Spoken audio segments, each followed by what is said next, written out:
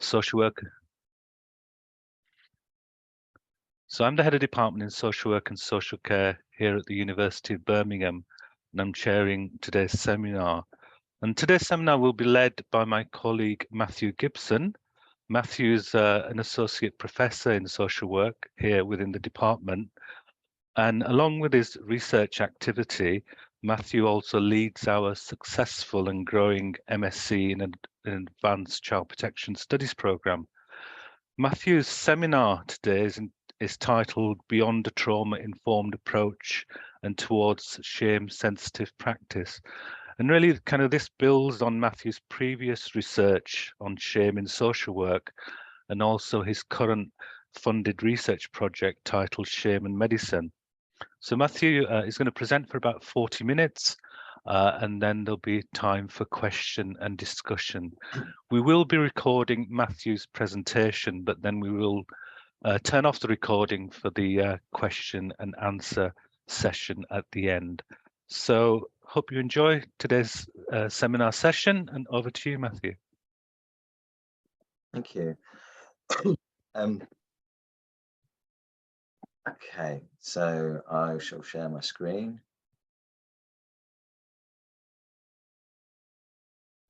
Can everybody see that?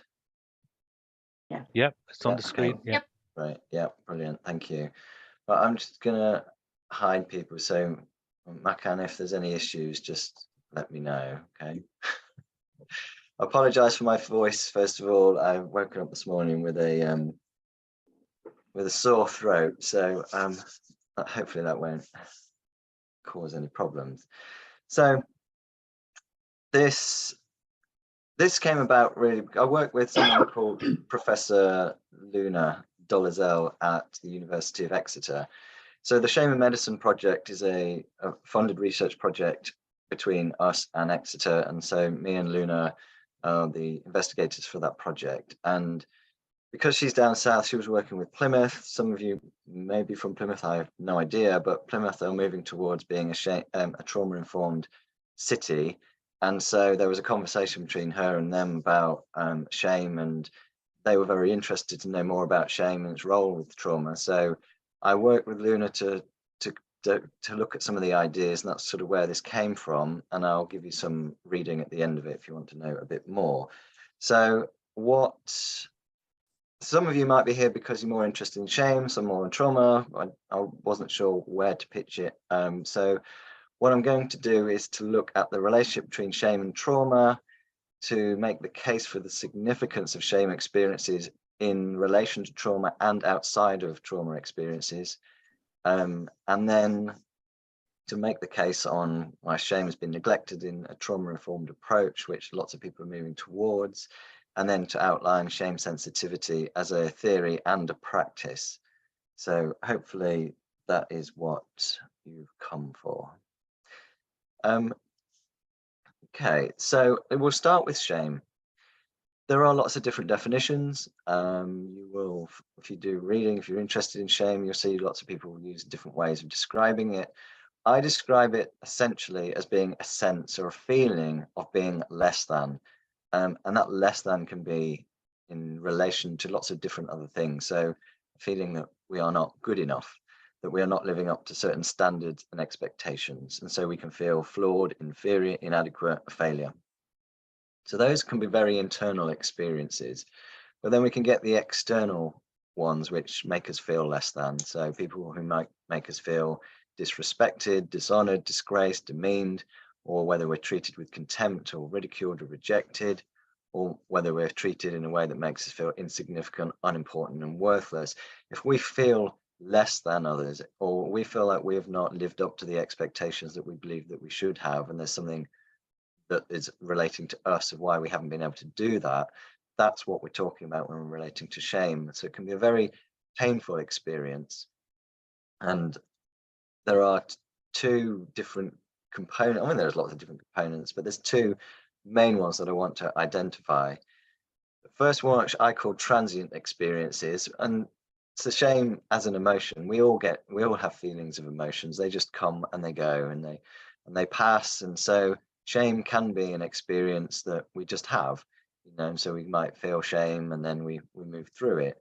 It can be sometimes a way of motivating ourselves to improve or develop as a person and try and make sure that we avoid that, or just because we don't want to actually be that type of person who did whatever it might have been. So we get these transient experiences of shame that they might not necessarily challenge the very nature of who we are. Whereas you can get ingrained experiences of shame. So this is where those experiences of shame, those experiences of feeling less than, becomes very much a part of who we see us, who we see ourselves as. And so we go into interactions with a sense that we are less than other people. And so that's where we start to get the covering up and the fearing of exposure, that people might find out that I am not the person that they think that I am. So imposter syndrome or fear of failure, or a range of all of those sorts of things can be very ingrained experiences. So this is all highly relevant to the issue of trauma. Trauma is separate from shame, and very much this is where trauma started. Again, lots of different definitions. I'm just taking what one of the main writers on trauma was defining it as. It was an event that involves threats to life or bodily integrity, or a close personal encounter with violence and death. The experience is overwhelming and can result in long-lasting effects, which can have a whole range of different effects on people's experience of themselves, other people, the world, how safe it is, or how safe I am, how safe I can make myself, etc. And so shame isn't necessarily part of the definition of trauma. But for those people who experience trauma, shame is very much part of that experience. So this is from Seif's book, Understanding and Healing Emotional Trauma. And she says, living in a trauma world, we are driven by a hidden fear of re-traumatization. We come to experience ourselves within the distorting framework of shame, believing that we are fundamentally defective and inadequate. So this is where this is about the ingrained experience of feeling less than, because the trauma experience has affected the way that I perceive myself and my relationship with other people, that I am somehow defective and inadequate. And that is the distorting framework of shame, as she calls it.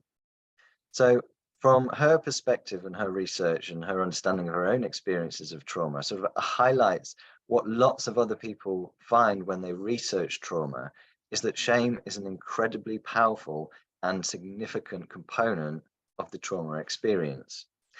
And so shame is evoked in the trauma experience in lots of different ways. So the experience itself might be shameful. There might be lots of blame and feelings of responsibility related to the trauma event, which makes us feel shameful. We might have feelings of defilement or unlovability as a result of the event.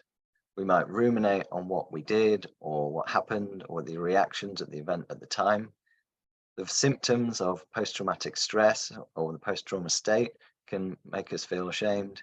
The labels that are attached, what people do to cope with that trauma, the fear of judgment from other if they discover what actually happened, the taboos associated with trauma, revealing the trauma in encounters with other people, falling short of one's own ideals and standards. So what you see is that there is shame can be part of the trauma experience, but it can be part very much of everything that happens afterwards, in the thoughts, in the behaviors, in the interactions with lots of other people. So shame and trauma are very much linked. And yet shame is not something we talk about very often. It is very much taboo subject. So we might talk about fear, we might say I'm scared or I'm afraid, we might talk about anxiety, we might talk about a whole range of different feelings culturally, and that's okay and fairly normal. But for people to go up to someone and say I feel ashamed is incredibly rare.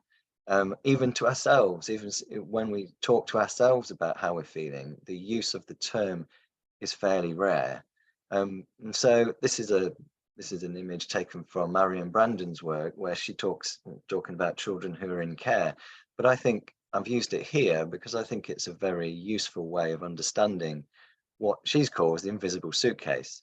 So people carry around their shame like an invisible suitcase, that it's there, that suitcase can open at any point. Nobody can really see it. But the shame is there, it's just hidden. So we're not really seeing it.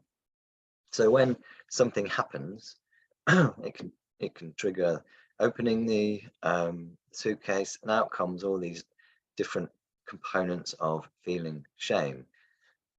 And that's going to be very much dependent upon who you are and what your experiences were. But when we look at the trauma-informed, the experience of trauma and the way that it is talked to people, I've taken an infographic from a website, which I went through lots just to have a look, and you can see that while shame is very much part of the trauma experience, it's not something that people have really picked up on. And so here you've got all the different components of trauma at the bottom. So trauma has been expanded not just to now include the threats to the physical body, but lots of other traumatic experiences, which might include, discrimination, abuse, etc. And then at the top of here, you see the effects.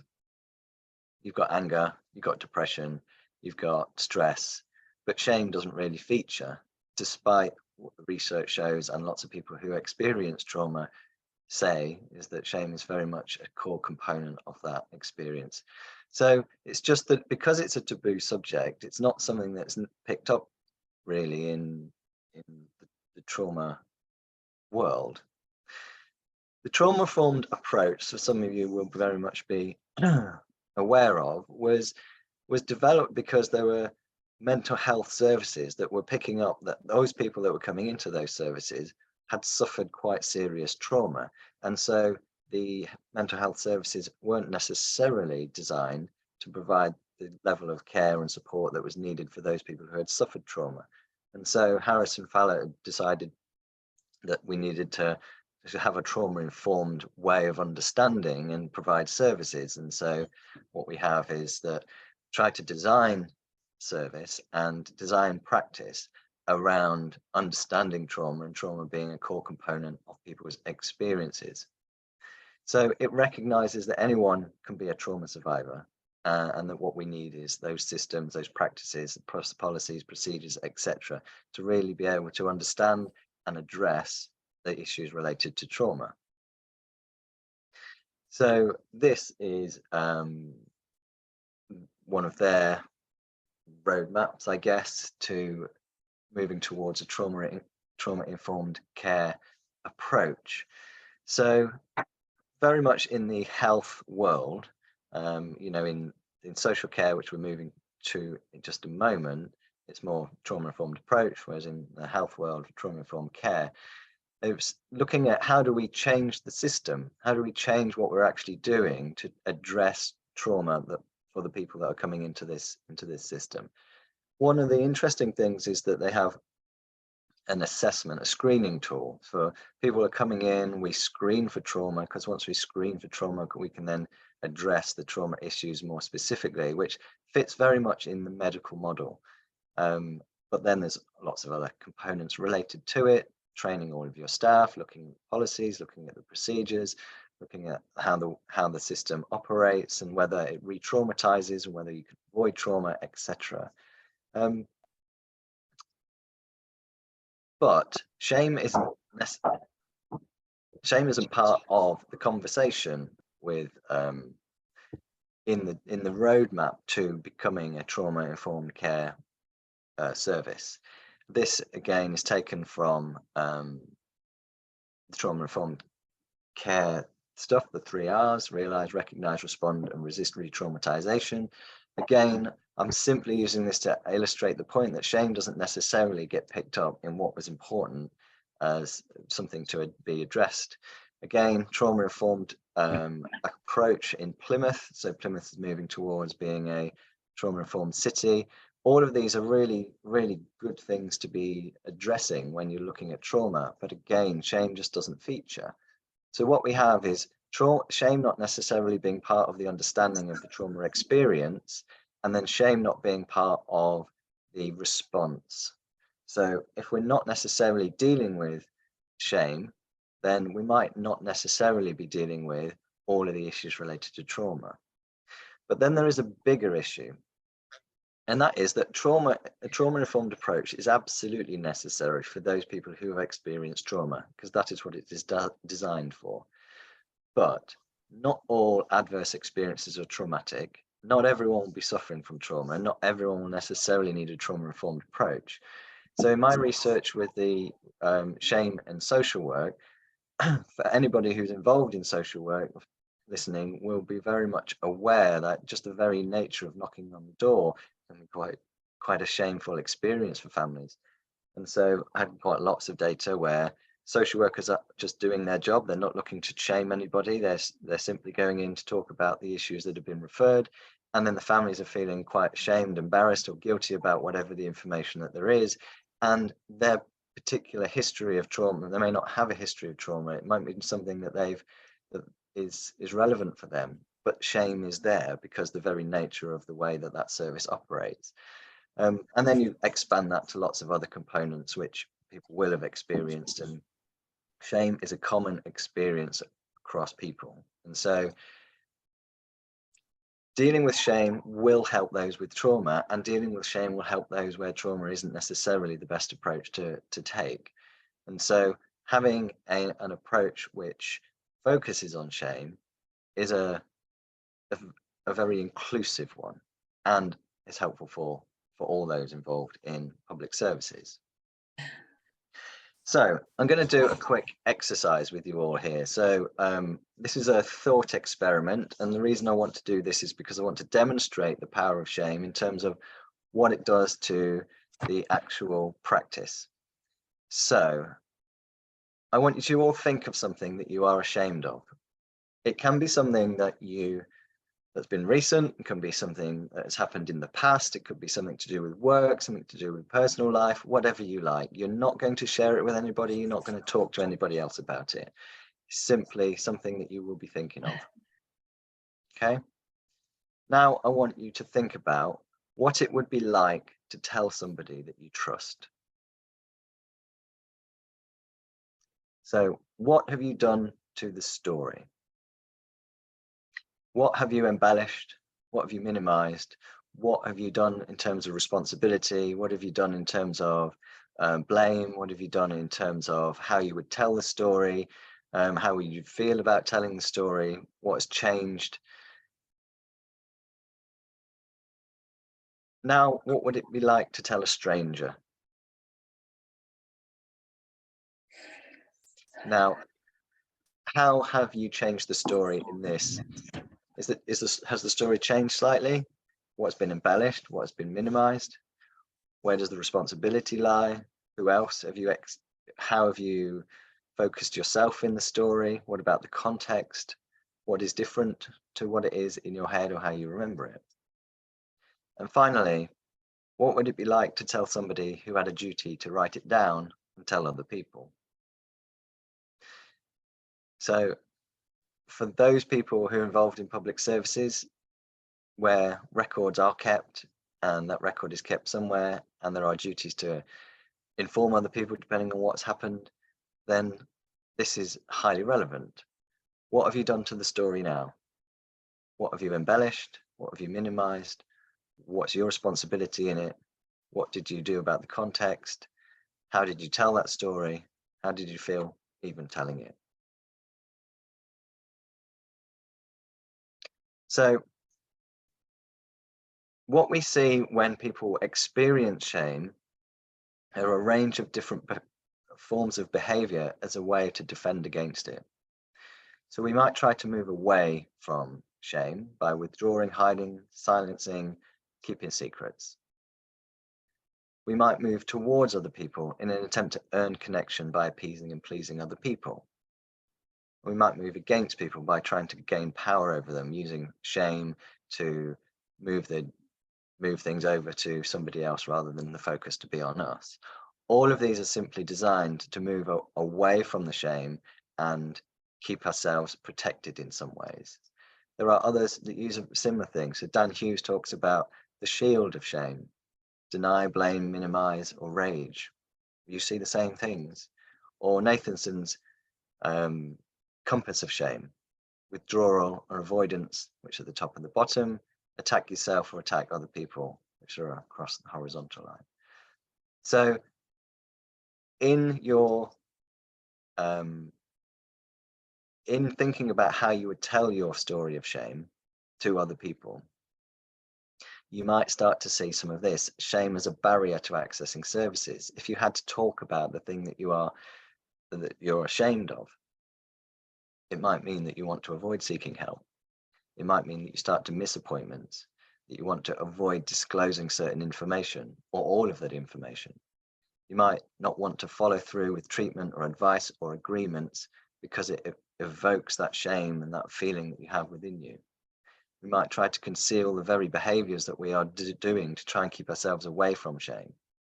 And yet all of these things are the very things that we need to try and engage people and help them. Equally, shame can be a barrier to engaging with services. So shame can be exacerbated by professionals.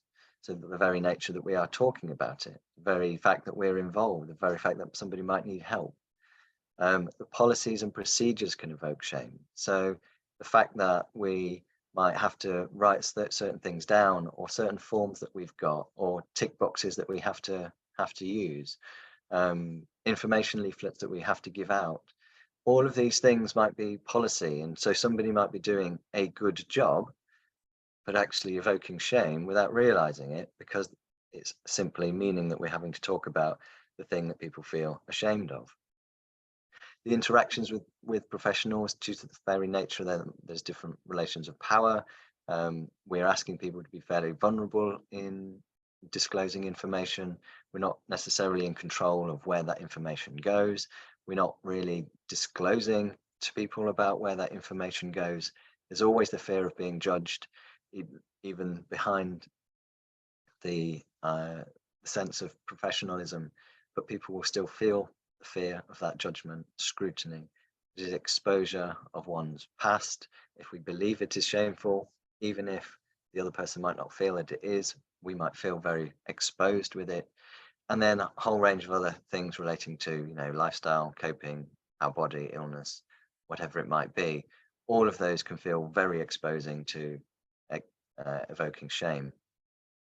But the other thing is that practitioners can be quite reluctant to acknowledge shame, because if we come back to the very nature that shame is hidden, and it's a fairly taboo subject and not something that we necessarily want to talk about, it becomes quite a painful experience to talk about. And seeing other people in shame can be painful in itself. And so from the practitioner's perspective, it can be quite difficult to engage with shame with other people. And if we don't teach people how to do that, then they're not going to be able to do that. So we have a situation in which shame becomes a barrier to accessing services, and it becomes a barrier to engaging with services. So the very core of shame sensitivity is that we have to acknowledge, very much like a trauma-informed approach, is that we have to acknowledge that everybody will feel shame about something. So shame is inevitable. So these are the three components of shame sensitive practice. The first is that shame is inevitable. So whether that is the information that you're providing, whether that is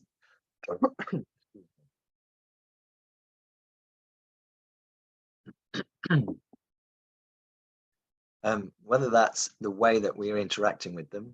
We have plenty of research which have shown quite a lot of fairly disturbing practice sometimes, in ways that, across health and social care, in the research that we've done, which seems to want to evoke shame in other people. And then sometimes even practice which is quite sensitive to other people can evoke that shame.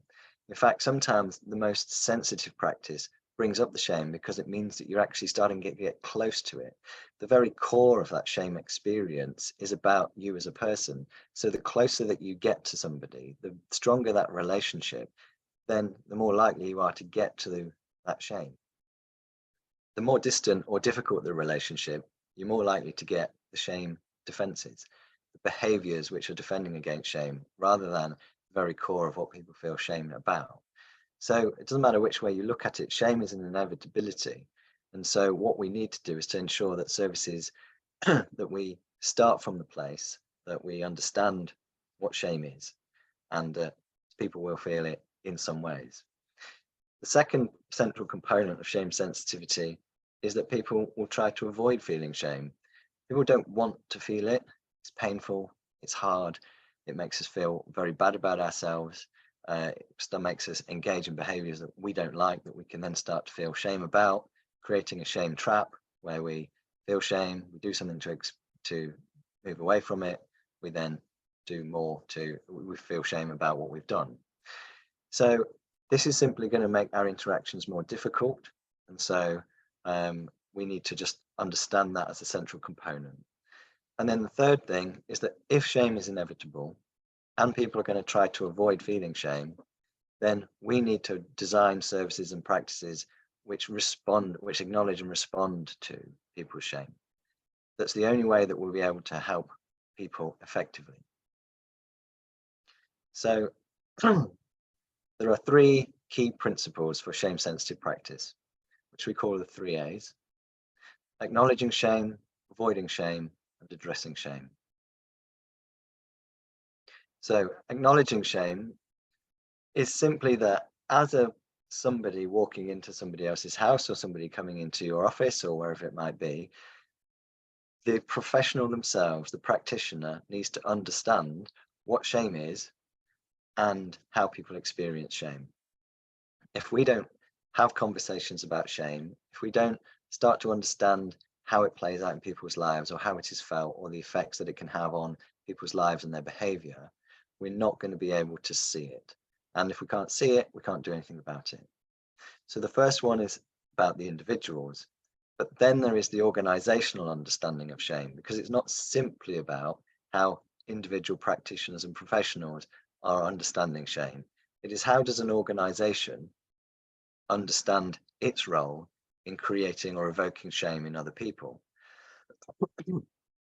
So we might have certain policies and procedures which are very shaming, and I've seen quite a number of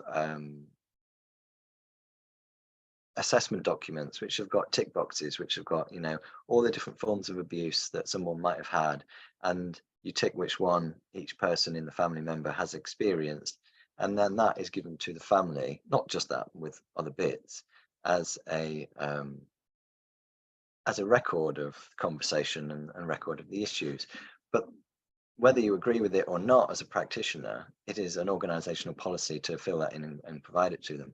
And so it's an understanding that organizations need to acknowledge shame and how that is addressed, so that it can do something about it. Both individually and organizationally, we need to understand that how people experience shame will be very different. And so whether you're a man, whether you're a woman, whether you are from a particular ethnicity, or whether you're a particular sexuality, disability, whatever it is, people will experience shame differently because their life experience will be different. So their history of shame will be different, or the vulnerability to shame will be different. So we need to understand that when we are dealing with each person, that it may come in a very different way. And then acknowledging is simply being able to recognize it, which is be able to see it, be able to have conversations about it with other people. Avoiding shame is then obviously a significant part, very much like avoiding re-traumatization.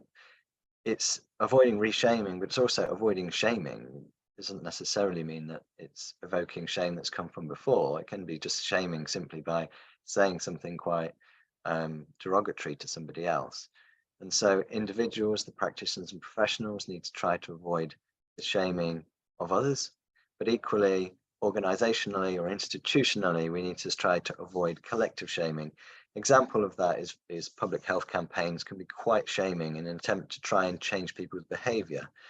And while that had some success with smoking, it has had no success in any other other spheres. So things like obesity campaigns, etc., have been quite demonstrated not to work very well because people feel quite ashamed about the effect or what they see when they see those campaigns. But there are lots of other things. You know, if you just walk into